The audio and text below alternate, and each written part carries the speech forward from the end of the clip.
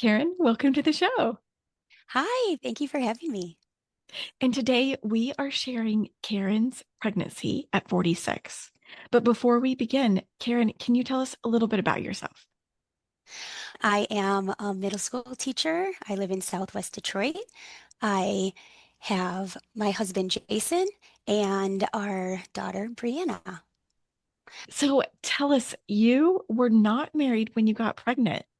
That is Tell us, correct. tell us about that. I met Jason in my early 40s. Sometimes people meet their person early in life, and Jason and I did not connect until later in life, but he is my person, and I love him so much. I'm so grateful to have met him. Earlier in my life, I was very dedicated to my career and traveling. I was enjoying life. I knew that I wanted to get married and have a family, but I did not want to do it right off the bat. I was not looking for that. I was not really in the space for it. But when the time was right, it was right for Jason as well. We met and we just really hit it off. And everything started lining up. We traveled together, our families got along together. Our dogs got along together. We started talking about marriage. It took a little while. We were together for a couple years. And we did talk about having a family, and he was open to it. He already has a son from a previous relationship, but he was open to having more children. I told him that it was important to me. And we assumed that we would have to investigate IVF or adoption, or we were open to anything. Why did he assume that? Just because of our age, we really just Okay. thought that it would be harder Mhm. to get pregnant. I've never been pregnant. I never tried to get pregnant. You don't really hear of a lot of people until your podcast of a lot of people over 40 being pregnant. And so I just assumed it would be harder, and so did he. So we planned on getting married, and then I found out that I was spontaneously pregnant. It was definitely a life-changing moment. I went through my pregnancy, and then we got married this past summer. Oh, I did fun. not want to do them both at the same time. He was ready to just go. He was like, let's just get married. I'm like, no, I waited this whole time to find my person. I am so excited to be a mom, but I don't want to do them at the same time. Very excited. Congratulations. Thank you. So, newlyweds. Yeah. So tell us, were you late on your cycle? Was it a total surprise? Yes. Okay. So I'm a middle school teacher, and the fall is very busy for a teacher. And then I have been a cross country coach for over 20 years. And that season is in the fall. So it starts in August, and we start before school starts. We start training. And then I'm also was a leadership coordinator at my school. And that is a lot of stuff in the fall because it's like a orientation for the new students. So it's just a lot of commitments. My fall is always very busy. So we started school like normal. Everything was progressing along without any issues, but I was really tired and I was going to cross country practice. I usually run with the students, and I was like really struggling to run with the students. And I was like, man, I am like out of shape. Like, what is going on? I was late diagnosed with Crohn's disease, and there's a lot of different symptoms for Crohn's. I normally have it in remission. I've been healthy since my diagnosis. I do take medicine for it. But when I start to feel a little off, I have fatigue and nauseousness. There are other symptoms for Crohn's, but those are like my two big ones. And so I was fatigued, I was feeling nauseous, and my brain 100% went to Crohn's. And I was like, I need to slow down, I need to relax. So I was taking more naps, I was sleeping, I was drinking my water, like I was trying to do all the things. But I was just trucking along. It never even came into my brain. It sounds ridiculous to say that now, but it just didn't come into my brain. Fast forward to October. So school started at the end of August. And so now this is the end of October. And Jason and I went out on a date night. And this was very exciting because I'd been so busy that this was like, yay, we're going out on a date night. I felt great. We had so much fun. The next morning, I am like exhausted. I was totally wiped out. And he's the one actually who said, when did you last have your period? And I was like, what? Oh my gosh. Normally I could think about it right away because I normally track it in my planner, but just had been so busy that year that I missed it. And I went back and looked, and it was the first week of school. And I remembered that once he said it, I was like, oh my gosh, it was the first week of school because I was so annoyed that it was the first week of school. I'm like, really? Like, I'm getting my period the first week of school.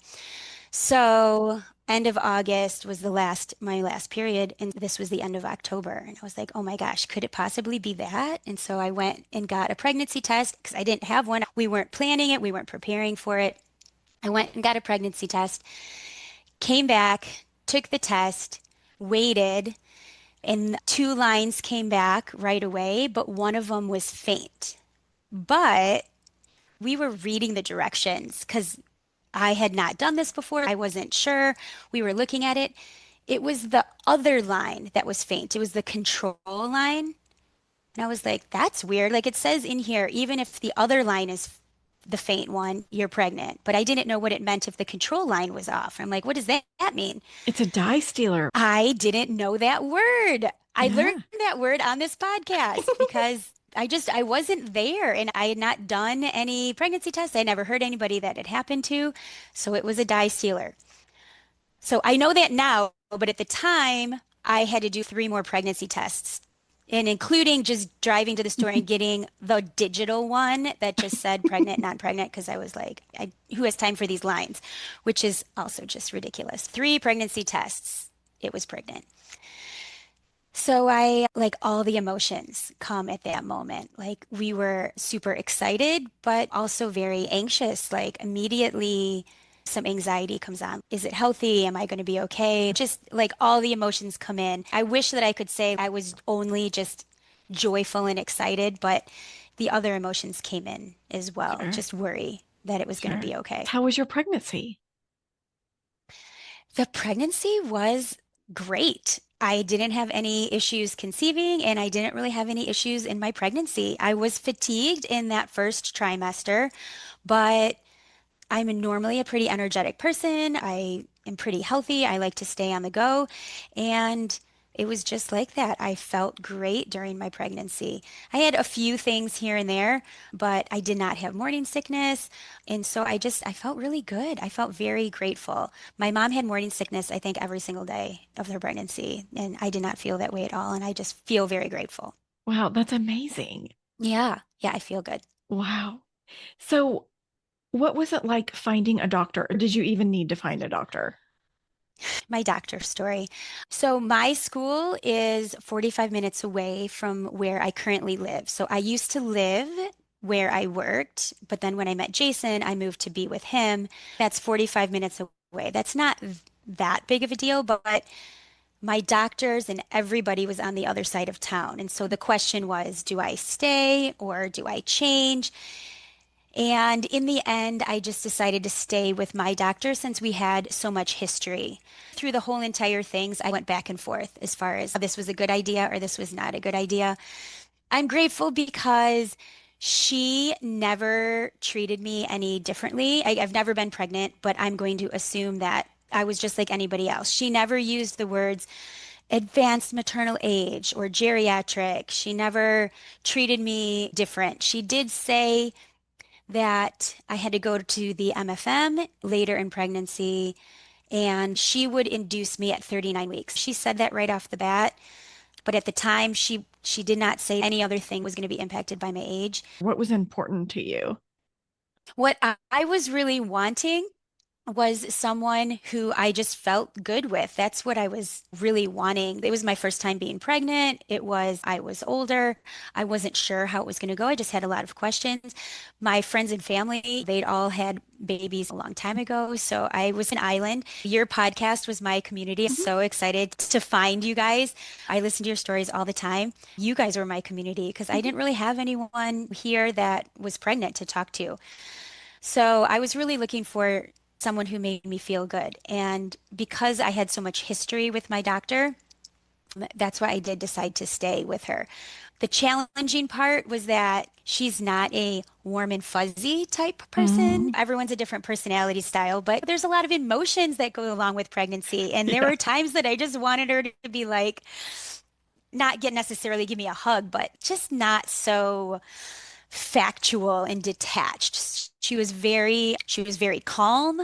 She never got stressed. She never looked too far ahead into the future. She just kept me like in the present moment. This is what's going on. This is what you can expect. And I appreciated that, but I just wanted a little warm Mhm. and fuzzy. She wasn't great at that. Yeah, we all need that during pregnancy sometimes. Yes. So I was able to get it from everyone else that pretty much everyone else that I came in contact with. So I was like, my doctor has all these other things. And I never felt my age when I was going to the doctor's appointment and even going to the maternal fetal medicine. It was in the same office. I did decide to go through a hospital. I did ponder for a moment going through a different route. I chose to stick with my doctor, and her office is attached to the hospital that I gave birth to. And the maternal fetal medicine was one-stop shopping. Everything was right there. That's And nice. it was right down the street from my work, which was also convenient because I had to go to a lot of appointments. They say, your baby's going to get under a lot of surveillance. That's what they told me when I first met the maternal fetal medicine people. And that is very true. I was there Yeah. a lot. Yeah. And so you went to the MFM just basically because of your age. Yes. So they did record that I had the autoimmune disease of Mhm. Crohn's, but it never impacted anything. My Crohn's never changed. Like I still was in remission throughout the whole pregnancy. It never changed, but they do watch that as well. Mhm. Sure. And yeah, when I met with the maternal fetal medicine doctor, he was really awesome. All the nurses there were great as well. But he made the comment in our first meeting that I was the oldest person that he had with a spontaneous pregnancy. I didn't really know how to respond to that. I was like, am I supposed to feel good about that or not good about that? I didn't really know how to take that. It was like, okay, but I was the oldest person that he had seen. Wow, you're like, thank you. I know. Yeah. But everything turned out. So maybe I'm in his case study somewhere. So My what about the sex? Tell us about finding out. When I found out, oh, I don't know how many weeks I was, maybe 7 weeks pregnant, something like that. And you had to through my doctor, you had to wait till 13 weeks to get the genetic testing. And when you did the genetic testing, you could also do the gender at that time. They went together. Oh, the It NIPT test? It wasn't that one, Oh, but okay. it's the same type of deal. Oh, okay. Um, but it wasn't called that.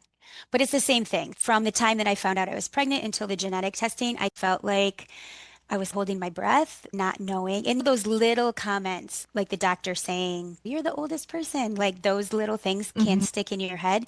But fortunately, like I said, my other doctor and my general practitioner, I also saw my general practitioner, like I'm in good health. Nobody had any concerns. Every once in a while, like one of those doubts comes into your Hmm. head. And so when we got the genetic testing back, you take the blood test, the one that we did. We took the blood test and then you sent it in and it went to California and we had to wait a week to find out the results. So once I sent it in, I counted the days and then started checking. I'm horrible. I started checking in the middle of the night. I knew it would be like posted. I'm like, California time, what time would this be? And I would be checking my phone for a message, check the portal. For several days, I was like constantly checking the portal. And I woke up one morning to go to school at 5 o'clock in the morning and it was in the portal. And I woke Jason up and we both got up and we came downstairs. We like got coffee, we sat down. I don't think I had coffee. He had coffee. I had water. Sat down and we opened the email together and we found out that the genetic testing came back. Everything was normal. And that was like one layer. And then came the box. Do you want to find out the gender? Yes. We were very excited about finding out. He has a son from the previous relationship. He was hoping that it was a girl. I didn't care what it was. So we clicked the button and we were so excited. We clicked the button and then it says, are you sure that you want to do it? Like it asked Oh us my three gosh. times because it didn't want to spoil it in case you didn't really want to know or you I picked mean, it by accident. yeah, that's nice, but at the same time, you're like, I'm like, come on, I want to know. I want to know. The pink confetti came out and it said it's a girl, and we were so excited. So right away we knew, and it just felt very exciting to know that we were gonna have a little baby girl, and he was gonna get to be a girl dad, oh, and that's fun. he is embracing it. That's wonderful. Yeah, it was very exciting. Was there any product or anything that you could recommend that helped you through pregnancy? I didn't really use a ton of things. I did get a pregnancy pillow. It helped me sleep, but there wasn't anything specifically special about it. I guess what I really used a lot was the slip-on shoes. Those Kissicks, totally a lifesaver. I was all belly. It was big, it was all belly, all in the front and bending down. It does get in your way. I think the things that helped me weren't necessarily products, but the just the mindset, like taking time. So I'm a teacher and I start every class with a mindful minute. And during my pregnancy, that minute became like especially important for me to like calm, focus. I would put my hands on the belly. So at every hour, I did a little mini meditation with my students, but it was really important for me. And I would always like just go through my positive mantras and be thinking positive manifestation stuff to keep me in a positive mindset. Yeah, I bet that was really nice to do. Plus, you're also helping these kids do that too. I love Yes, that. yes, we had done it prior and I Mhm. still do it now, but it was very meaningful during that time as well. It's harder for me to do it at home because there's just more distractions in my house. Mhm. But for that minute, like my hands were on my belly and I would really just connect with her and connect with me. I did not think about my students. I was able to disconnect and it felt really good. And what about preparing for birth and even like your house? How did you prepare for her? Ooh, so I'm definitely a planner. Jason sacrificed his office for the baby's room. So he took control of that. So I was out of it. We picked out items for the room together, Mhm. but that was really fun that he had his, I'm going to say it's like secret project. He went in and worked on it without me seeing it. And then he did a big unveiling, which was Oh, that's pretty cool. cute. He did a great job. It's the nicest room in our house at this moment. And preparing for me, I did go to a class and Jason went with me. He'd already been through it, but I just wanted to go and hear the information. I didn't really think that I was going to learn anything like super major, but I just wanted to go. I was in it. I wanted to hear. I was not reading, like, I couldn't read. Again, there's just so much going on and there's so much information out there. I really wanted someone to just share with me, boil it down. What are the most important things that I need to know? And so going to the class was a good way to do that.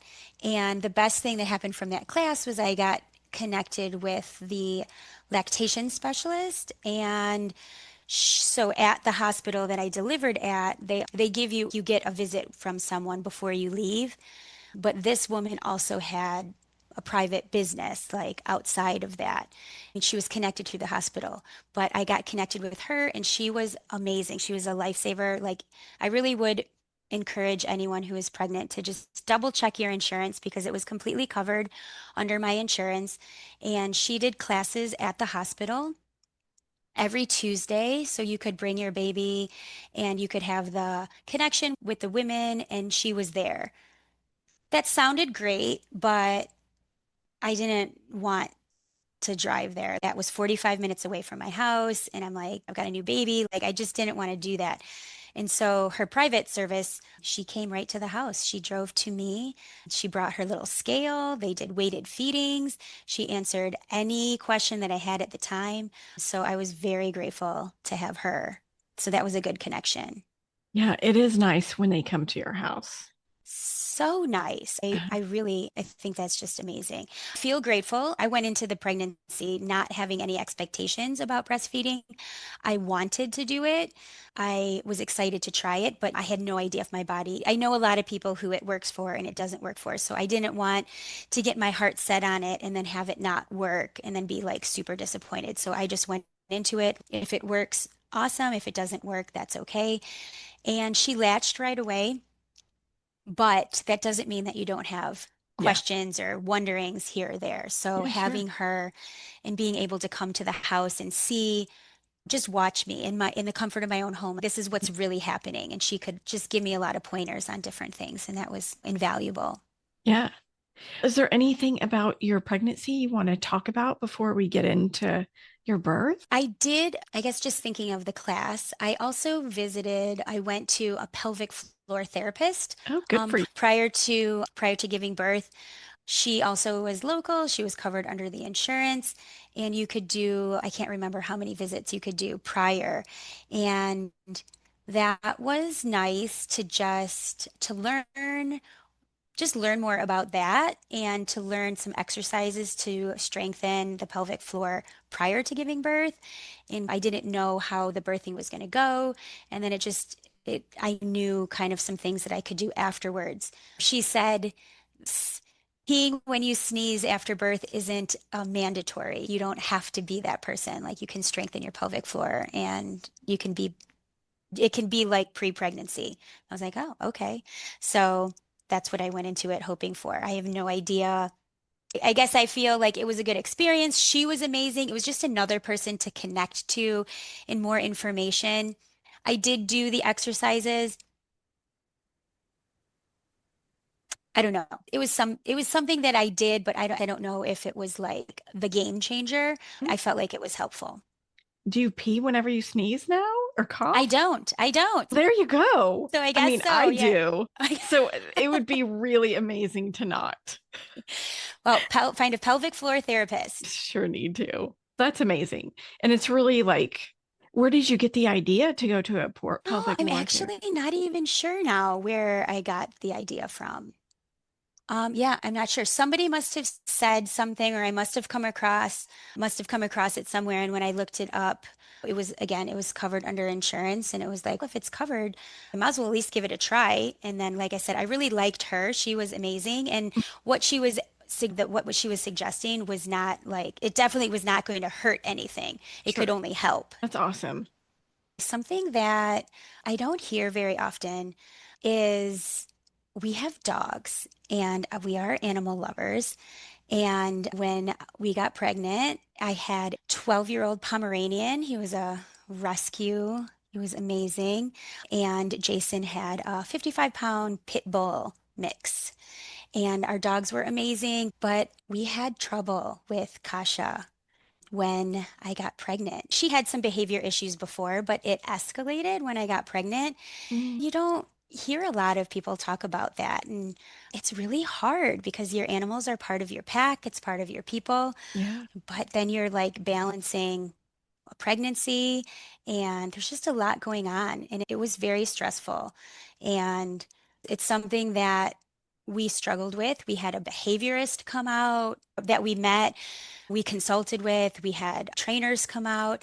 And if there's anyone out there who's going through that kind of a thing, it's just hard. There's no easy solution or good fix. And it's just really hard. It was a really hard situation to go through and Yeah. manage. Yeah. What did you do? Did you do anything about it or?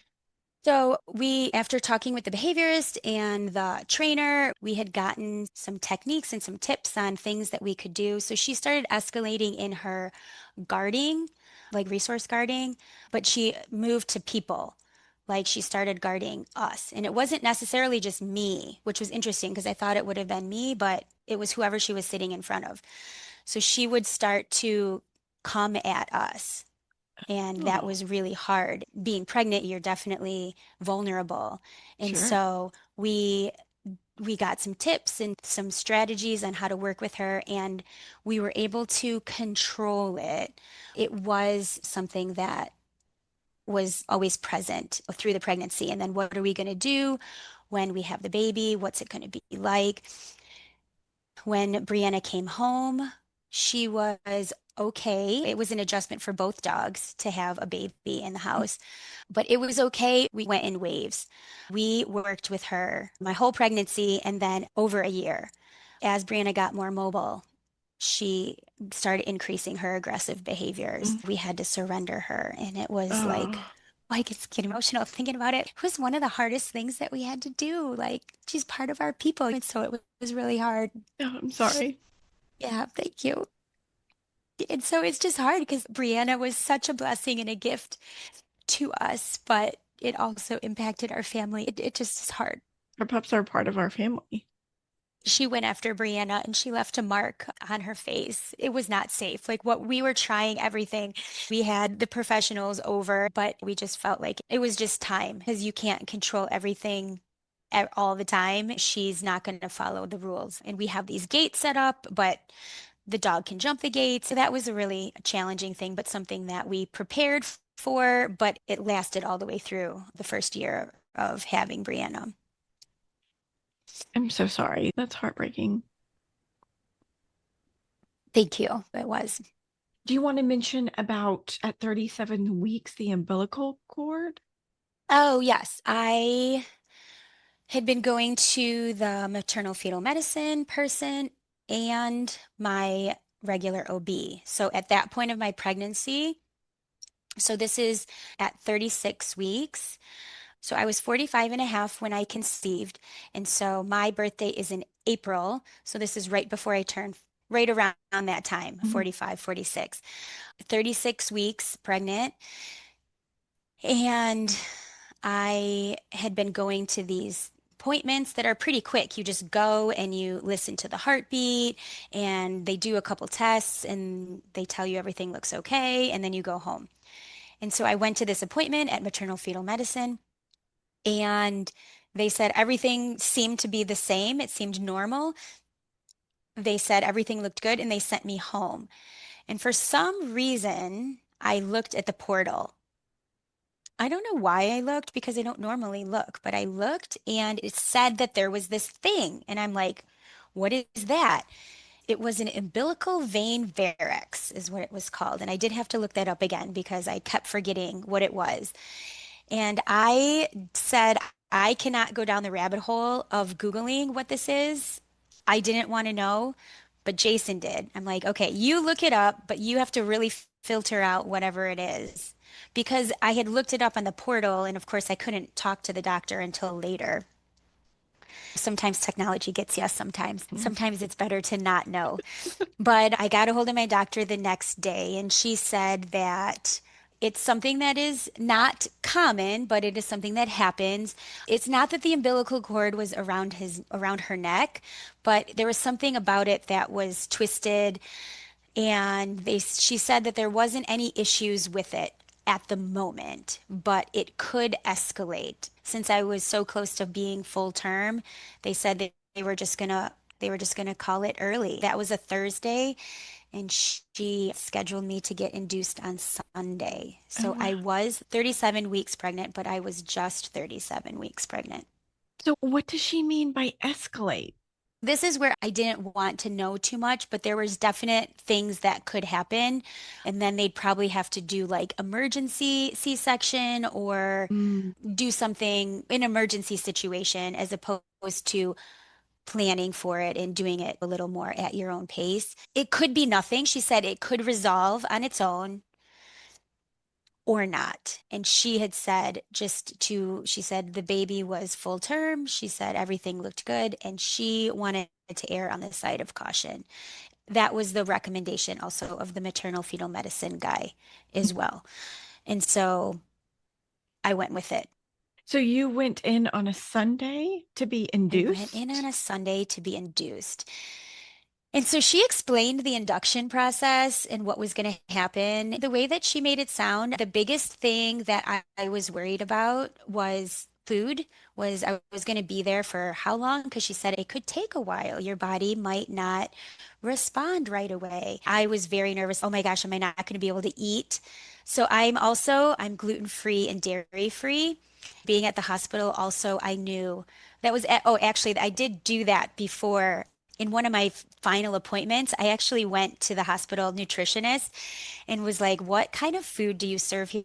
I was very afraid that I wasn't going to have anything to eat that was going to work for me. I was pleasantly surprised. Like they had all these different foods. By no means was it like amazing, but they had things that fit every diet. I know that sounds very silly, but when I don't eat, everything goes downhill. And so I was nervous I was going to be there and not have energy to give birth Yeah. naturally. So I went in Sunday night and she explained what was going to happen.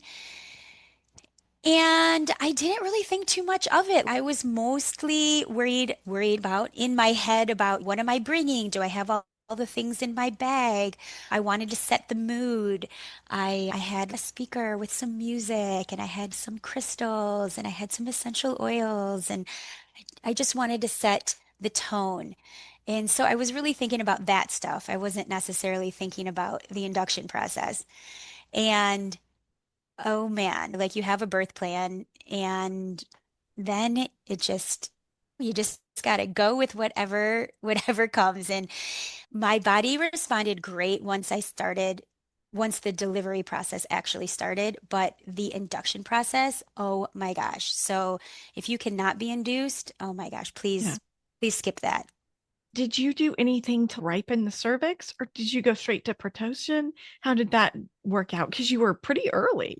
We were early, yes. Yeah. The reason they had us come on Sunday night is because they started with a something. It's not Pitocin, but they start with a pre-pill something. It's just a pill that you take and it's supposed to start the process going. So it just you take a pill and then you wait a couple hours and you take a pill and you wait a couple hours and you take a Mhm. pill. So it's very unexciting, which is why they bring you in at night so you can do this through the night and you're not really missing anything. In the morning, they started the process of the Foley balloon. I don't Oh, know if you have ever heard of anybody who did yeah. that. We've had Most a few. people probably have. Again, if you just tell me about it, it doesn't sound comfortable, but it didn't sound like I was about to push a baby out. So, like, that's not comfortable either. I didn't think it was going to be as painful as it was. I will also back up. One of the things that I did not know exactly, or maybe I knew it and didn't know it, is that my hospital is a teaching hospital. Every person who came in with a crew, hi, I'm so and do you mind if my six people watch you from the back? And it's okay whatever. It's weird to have all these people in the peanut gallery, but every single person who came in had an entourage with them. And that was just, again, you're talking about a lot of sensitive stuff, like you're doing a lot of things, and there was a lot of people watching. As a teacher, I know it's important that everyone is involved in the learning process, but wow, that just added an extra dimension to the whole process. The resident came in to do the Foley balloon with her entourage of people, and they couldn't get it. And it was the most painful Oh, thing. And so she said they were going to wait. Maybe I took another pill. I'm not sure. They gave me a little more time, and then they came back, and a different resident was going to come in and try it. Another thing, my doctor was a single practitioner. And that was actually, I didn't mention that earlier, but that was one of the things that I did want was I wanted to know who was going to deliver my baby. There are some places where you can go where there's six people and it could be anyone. And that's fine, but I just really wanted to know who was delivering my baby. What I didn't know was that she only comes in at the end until with hospital birth, you get a lot of residents until the actual delivery. I had never met any of these people before and the peanut gallery. So it just was like, again, this dimension. But the second person came in, it was a different person, came in, they tried it again. It was excruciating. It was horrible. And it didn't work. And I don't know if it was them or if it was my body just wasn't ready. And a big shout out again, the people who really held it down and who were really with me the whole time and were the best was the nurses. They just really had my back and were so kind and supportive and they just really rock. So my hospital had the best nurses, so I really appreciated them. yeah, I think you touched on it. But mentally, how do you think those extra people affected you mentally? I think in the beginning it was weird. I was in so much pain. Like I couldn't even focus on those people in the back because I was very much, what is this is painful. I didn't even pay attention to them. I would notice them and I would go, oh my gosh, this is weird when they walked in the door. But I don't even know if I had the bandwidth to really focus on them at all. What happened after this balloon? We talked about different options and they really wanted to try for a third time. And I was like, oh my gosh, like this is ridiculous. And I said, what are the options? Is there a pain medicine that I can take? Because the problem was like I was in pain, like it was hurting me. So I was tensing up and that was like not helping the whole situation. So I asked if I could take some pain medicine so that maybe I could stay a little more relaxed and they could get it in. And so we tried that. I told them that I am pretty sensitive to medicine. And so they gave me the pain medicine and an anti-nausea like together right away. Let the pain medicine work for a little while. And then the third person came in to try, did not work. This was Jason thinks that this whole process was like the worst thing that he's ever had to witness, Oh, way worse than the actual birth because it was just painful and not working. So at that point, I just said, I need a break. We need to stop. And I just asked everybody to leave and I just needed to rest. And so I relaxed in bed. I fell asleep and I woke up and my water had broke naturally.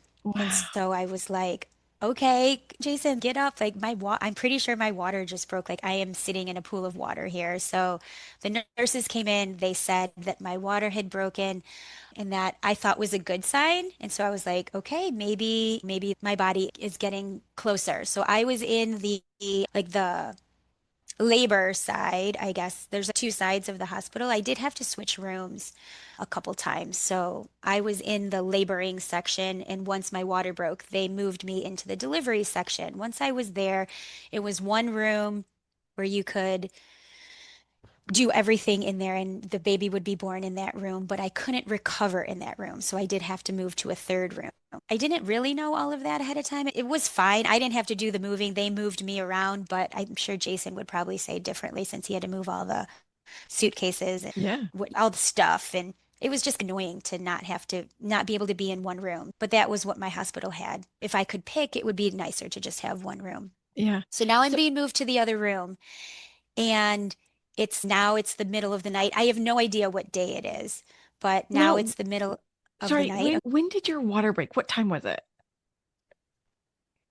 I 100% lost track of time, but I can envision the room and it was daylight.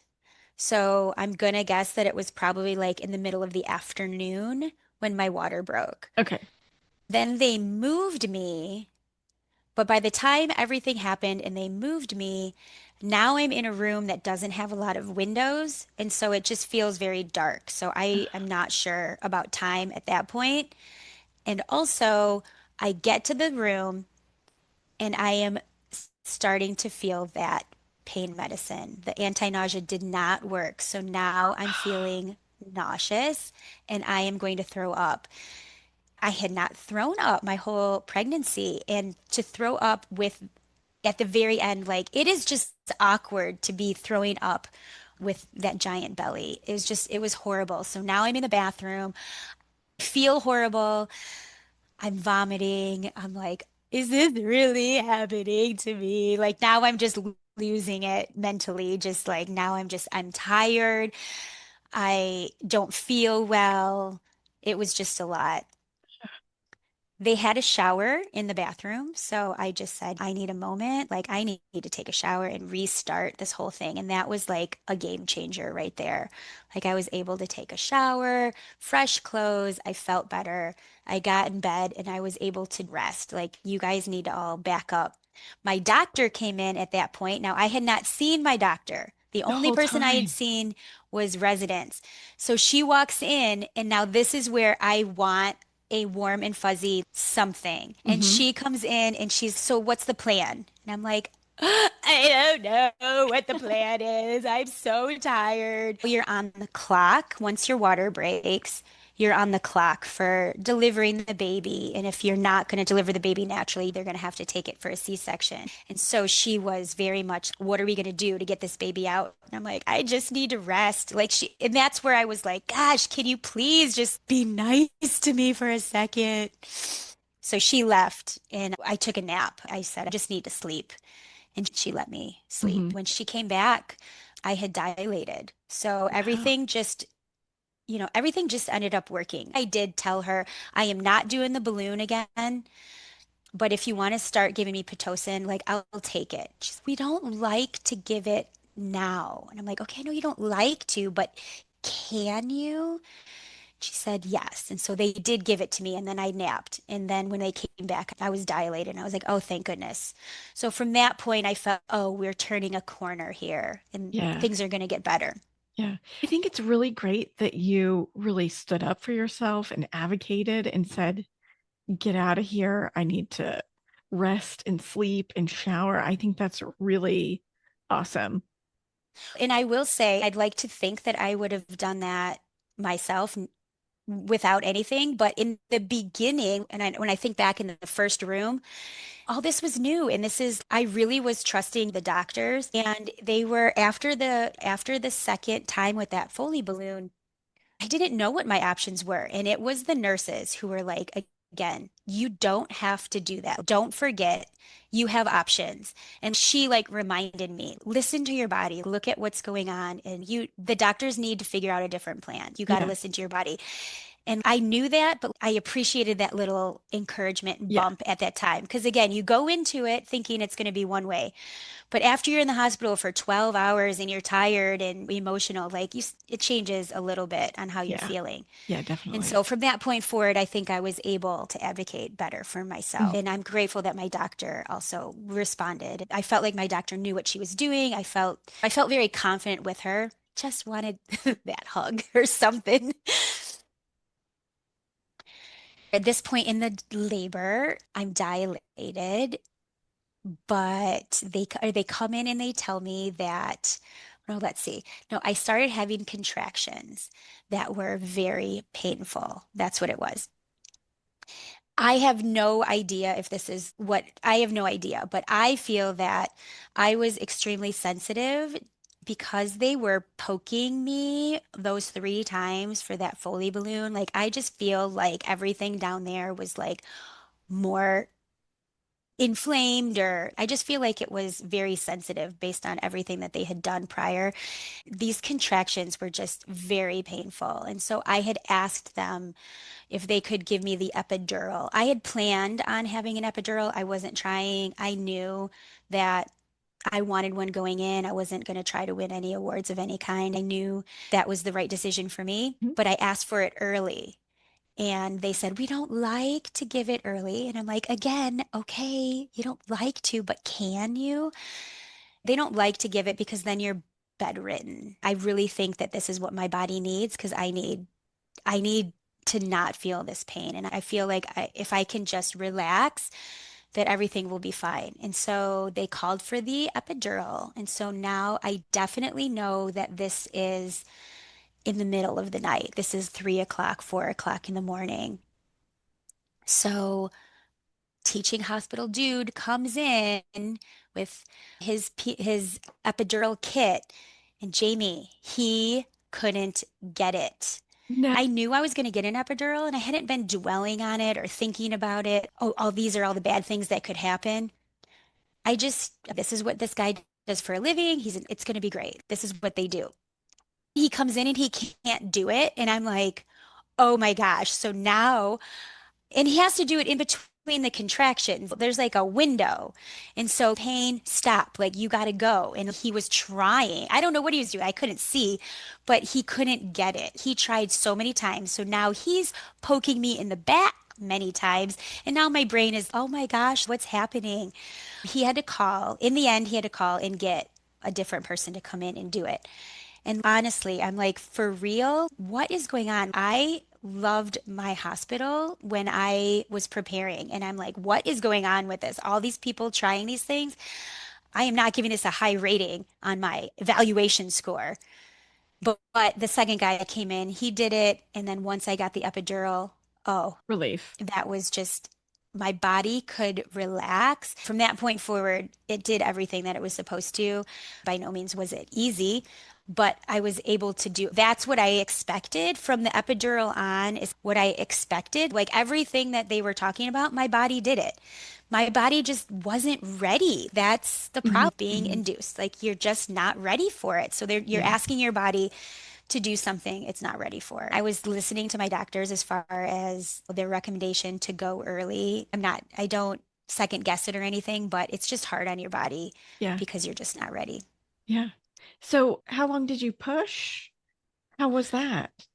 Yes, so I did push for quite a while, and this is when I became also aware again of the peanut gallery because they were in the back. At this point, so the epidural went in the middle of the night, I rested, and I would say mid-morning is when things really started picking up. I had a nurse who came in and she was definitely like the one who was with me the entire time. So she like scrubbed up and I'm going to be your person and I'm going to be there until this is over. And she was the constant face. There was different residents that came in, there was different peanut gallery people who came in, but she was with me and she was amazing. And at one point, there was like the resident had left, and I realized that the peanut gallery had stepped up. And I looked at Jason and I'm like, what? Like, why are these people here? Like, where did the resident go? Where did that group of people go that was right here? But it turned out there was another person giving birth at the same time as me. And I think that she was having complications. So Mm, they needed extra people over there. I don't know how I knew that. I don't know if somebody said it or not or something, but I was able to realize things with my delivery at this point were going normal and I was not having any complications. So just be grateful that I didn't need those people, that the peanut gallery could do it. But it's just weird that now they were like one of them was like holding my leg. I'm like, that's weird. Like now you're like, you were just back there with a clipboard and now you're right up here. That's weird. so funny. So the resident came back, the peanut gallery went back, and labor was good. I had a lot of water in my ears. I had to keep clearing my ears. It was very bizarre.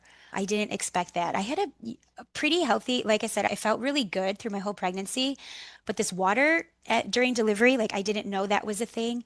And I did also have pregnancy carpal tunnel, which Mm, I didn't know was a thing. I now know that it is more common than I realized, but I had never heard of it before. And that was really bizarre. I was like, this is a pregnancy symptom? yeah. Okay. Again, not the worst symptom to have, just bizarre and inconvenient, not horrible or anything. Yeah. Finish this birth. I'm excited to hear about it. So it's like mid-afternoon and things are pumping up. The epidural went in, I would say, in the middle of the night, and then I rested, and then things started going probably late morning. I would say, I don't know, I'm going to guess maybe 11 o'clock again. I have no idea what time it was. She was born at 3:42. So I feel like hard labor was a couple hours. Like that's maybe 4 hours, 5 hours. It was a team effort. It was the residents and the nurses. And then when it came time, the doctor came in and it was funny because the mood shifted. Like all of a It sudden it was does. like, all right, the doctor's here. The tools all have to be in the spot that she likes it. And I felt like everybody stood up straighter and everybody was like ready to go. And she was calling out orders and everybody was doing stuff. It definitely was a mood shift. I was really focused. Like the nurse was on one side and Jason was on the other. And he was amazing through the whole thing. But I know that I was really like, the nurse was telling me stuff and Jason was giving me encouraging words and she was telling me like stuff to do. And those were the people that I was focused on. I really wasn't paying attention to anything else. My mood lighting and my speaker and whatever, like I don't even know. Did that happen? Mhm. Maybe. You just can't focus on all of that. But it went well. I was pushing, and it seemed like I was really pushing for a long time, and nothing was really happening. It was like, oh my gosh. But then once it's the right time, everything starts going and she came out really easily. There were no complications, there were no issues. And I was very grateful because I'd had all those other things that had happened prior with the epidural and the Foley balloon. I was very grateful that this part, like no issues whatsoever. You wait to hear that cry. She cried, nice big cry. They put her on my chest, and it was just, oh my gosh, like the most amazing feeling. Jason did choose to cut the cord. We did wait. That is common practice, at least at this hospital, to delayed cord cutting thing. He was able to cut it. That was exciting for him when she was on my chest, and it was like perfect. Like she snuggled me, we breastfed, she got all cleaned up, she got her footprint, like she got all, the nurse gave her a little hat, she got swaddled. It was amazing. It was totally worth it, but I definitely needed all of that positive encouragement from Jason and the nurse to get me through because it I know that people have delivered longer or labored longer, but you're just tired, especially this after this whole induction thing. Like you're just tired. Yeah. So it takes everything out of you for sure. Yeah. So you went in on a Sunday. I went in on When Sunday, when did you deliver? What day was it now? Tuesday at Okay. 3:42. So PM. Sunday, yes. Okay. Wow. So all of Sunday night and then all of Monday and then Tuesday, 3 o'clock. Yeah. Oh, wow. Oh, Which kind of is exactly what the doctor had predicted it would be. Some had gone longer and some had gone shorter, but she had called it. And I'm like, okay. If she, it just is funny because when she explained the process, like never in a million years did I actually feel like that's what it was gonna be like. But she did cover it. She just didn't really go into a lot of the detail, probably because I wouldn't have wanted to do it if she would have explained it that way. you're right. How was your recovery? Oh, yeah, I felt really good. I felt extremely grateful that I had time. I am a teacher and I delivered in May, so I left school and then not go back until the next school year. So I had the whole summer off. And I just knew I didn't have to worry about work like right away. I did stay in the hospital one extra day right immediately after giving birth because I didn't get to my room until really late and everything was settled. They gave me the option to either leave that next morning or stay. And I was like, I just want to stay here. I know some people would want to go home and be in their house, but I'm like, I was so tired. I just wanted to be there. She was in my room right there. I was fine. It just felt like there was extra people to help out. And I was like, I just really wanted to stay here. So it was the right decision for me to stay an extra day. But then when we came home again, I mean, we have a two-story house. So our bedroom is upstairs, but it was slow moving, but there wasn't any major issues. But I feel very grateful that I was able to go slow. There wasn't any pressure. Like I wasn't feeling rushed at all to do any type of recovery or hit any milestones or anything like that. That was Mhm. the furthest thing from my mind. I had the gift of time. So did you feel healed at 6 weeks, or did you need more time than that? Oh my gosh. I did notice like at the 6 week mark, mentally was like, oh my gosh, people go back to work at this point. There's no way that I felt any type of ready, not even close to ready to go back. Part of that probably is because I mentally knew that I had the whole summer, but also just I was just in love with my baby and just being with my baby and just soaking up all of that time and learning how to be her mom and meet her needs. And I was breastfeeding, and just recovering myself. And I just going to work was just the furthest thing from my mind. I was like, oh my gosh, why are we not like some of these other countries that give women more time? This is Yeah. banana. There's Hmm. no way that anyone should have to go back to work at 6 weeks. Yeah, So I I was not agree. ready. Yeah. Just mentally. Mhm. Physically, I was ready. I had walked every single day of my pregnancy. I was active prior to giving prior to getting pregnant. I was a runner, and my doctor said because I was a runner, I could keep running through my pregnancy, but it just didn't feel right to me. But I did walk every single day. My favorite day was Mondays when podcasts came out because that Oh, was the day that I got to listen while I walked.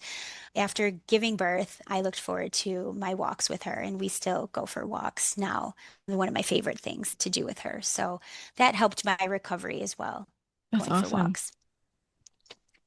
Well, tell us about breastfeeding. How did that go? Oh, I I think that that was 100% a labor of love. It felt really good. I didn't go into it with any expectations. Mhm. And when it worked out, I was feeling very grateful. And I was just marveled at that my body could do this. And also my friends and my sister, like everybody had been pregnant and many people had breastfed. And I knew, but you don't really know until you're like doing it yourself. And I'm just like, wow, this is incredible what our bodies can do. Like, I can't believe my body is doing this. I am feeding my baby. This is crazy. I was just overtook with those emotions all the time. And I felt grateful that it worked. There was just little things that I was just unsure about. And just again, as a first time mom, not knowing like, is this a thing or not a thing? And that's why I felt very grateful to have the contact information of that lactation specialist.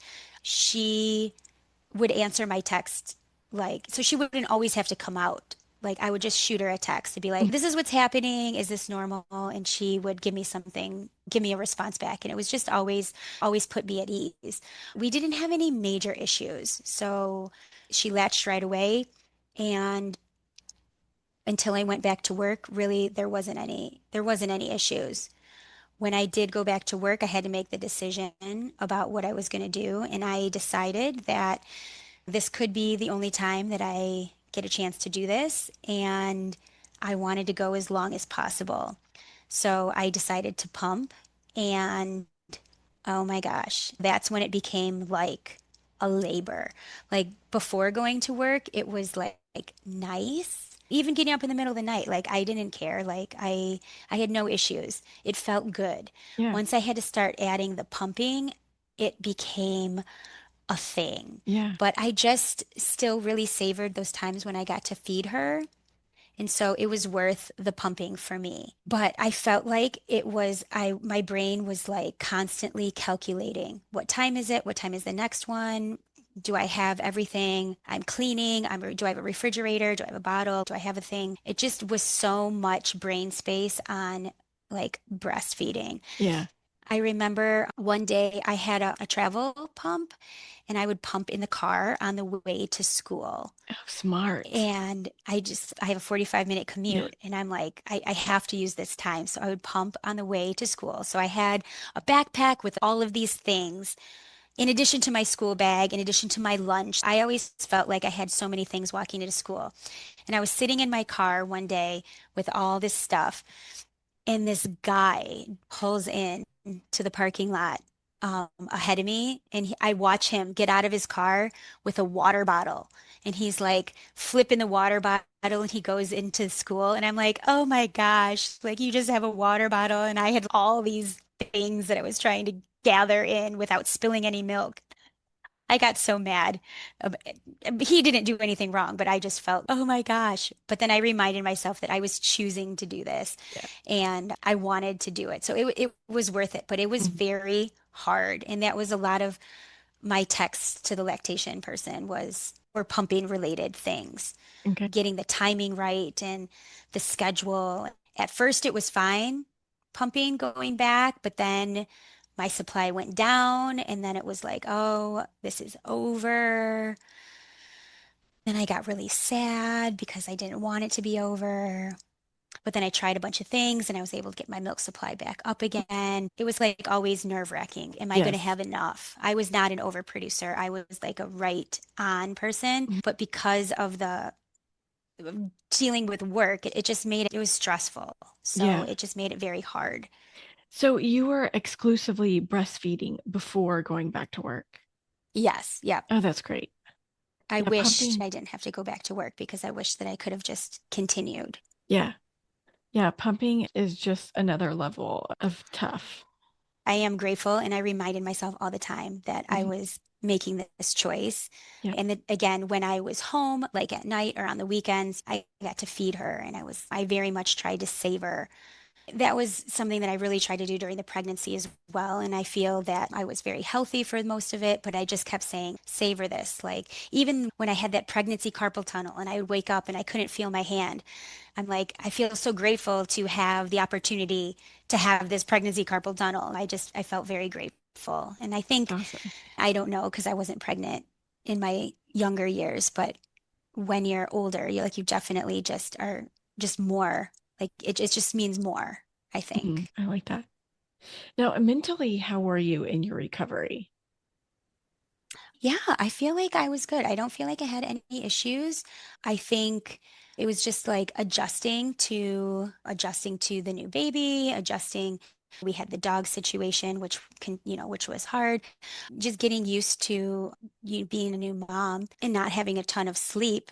But I wouldn't say that I ever had anything that was out of the ordinary or anything like that. I know that I did not want to go back to work. That was really hard when the time came. So I did struggle with that. And I am super emotional. And so every time she moved from one size diaper to the next, or we had to put the newborn clothes away and get out the next size, I was like, oh my gosh, like she's growing up. I always got emotional about those things. And so that was hard, but nothing that was like hard for me, like physically postpartum blues or anything like that. Mm. It wasn't that. That's great. What a great experience. Yeah, it felt really good, except for, like I said, that Foley balloon I could have done without, the epidural guy I could have done without. But aside from that, like really, I feel very blessed. And I, as I was walking, I would sing like a little positive manifestations that I wanted for Brianna and just all the positive qualities that I wanted her to have. I feel like we have this miracle baby. Like she's a good eater, she's a good sleeper, she's healthy, she's so much fun. Her personality is starting to come out. So she is like 16, 17 months now, and her personality is really starting to show, and it's really a fun age. Yeah, it really is. Carver's only like a month or two behind her. It was so exciting. I remember just as we were going along, we were so close when I would hear your updates. It was like, again, I felt so grateful for this community. You guys were my support people. I did end up making a connection through friends. I met someone who was also over 40 who had a baby, and her baby was born 2 weeks after mine. Oh, And fun. she also has a daughter that's 20 years older than the baby. So it's like the same situation as us. It felt like so exciting. And I'm like, "Oh, this is what it would be like if I lived by the podcast people, if we all lived in one community, if I ever met them, this is what it would be like." I feel very grateful for her support just to be able to share just different things about how you're feeling. Because again, no one else can really relate to Yeah. what it feels like. Yeah. So I really think that this is such a great thing that you're doing for us. And I'm so excited to be a part of it because it really helped me throughout my pregnancy. Every story, they were all different, but I learned something and appreciated every story, each and every one. I appreciate everything you did for this. I know it's a lot of hard work. Well, thank you. Do you have plans to have more kids in your 40s? There are no plans of anything. I think that both of us would love to see what the universe has for us. If something were to happen, whether natural or adoption or some other way, that would be amazing. If it ends up not, that would also be amazing. We don't have any plans. Awesome. And what has been your biggest challenge being pregnant over 40? I guess I don't really think about my age all that often. I don't feel, I'm going to say quote unquote, I don't feel like I am like geriatric or advanced maternal age. I don't feel that way. I'm not sure about what it would have been like to be pregnant earlier, but I don't feel like there was anything about it that was necessarily challenging. I think there were some times when if people would make a comment, I think that it would be a little bit challenging, but most people didn't. Like being pregnant, people were so nice to you, Mhm. like all people. I'm like, wow, it like really restored my faith in humanity again. It really was like, wow, people really go out of the way for a pregnant person. I was very focused on traveling and adventuring and careering when I was younger. So I think if I were to have gotten pregnant at that point, like I think it would have been harder because I would have been very distracted. And not that I am not focused on my career, I'm just at a different place with it. I have a lot of experience, and so now I can do that, but also focus a little more on family. Everything happens at the right time, and I feel like this is the right time for me and actually easier than if it would have been sooner. Perfect. And is there anything you'd recommend that would help prepare someone for pregnancy and birth? Yes, I think that you should listen to this podcast because I think that between everybody's story, you hear one of everything and you're always learning something. It gives you different ideas and you connect with different things. So just talking with as many people as possible. I was pretty healthy going before getting pregnant. So if you're trying to get pregnant, just as much as you possibly can, trying to just have a healthy lifestyle of exercise and diet. By no means was I doing anything like major, but just trying to be as good as possible for conception and talking to as many people as possible. I think that's what I would say. That's great advice. And what advice would you give yourself when you're pregnant if you could go back? Ooh, I really think that I did lean into the positivity, like them like saying the mantras or taking the time for meditation, really leaning into it. But I know that I leaned into that because I had the anxieties and the worries.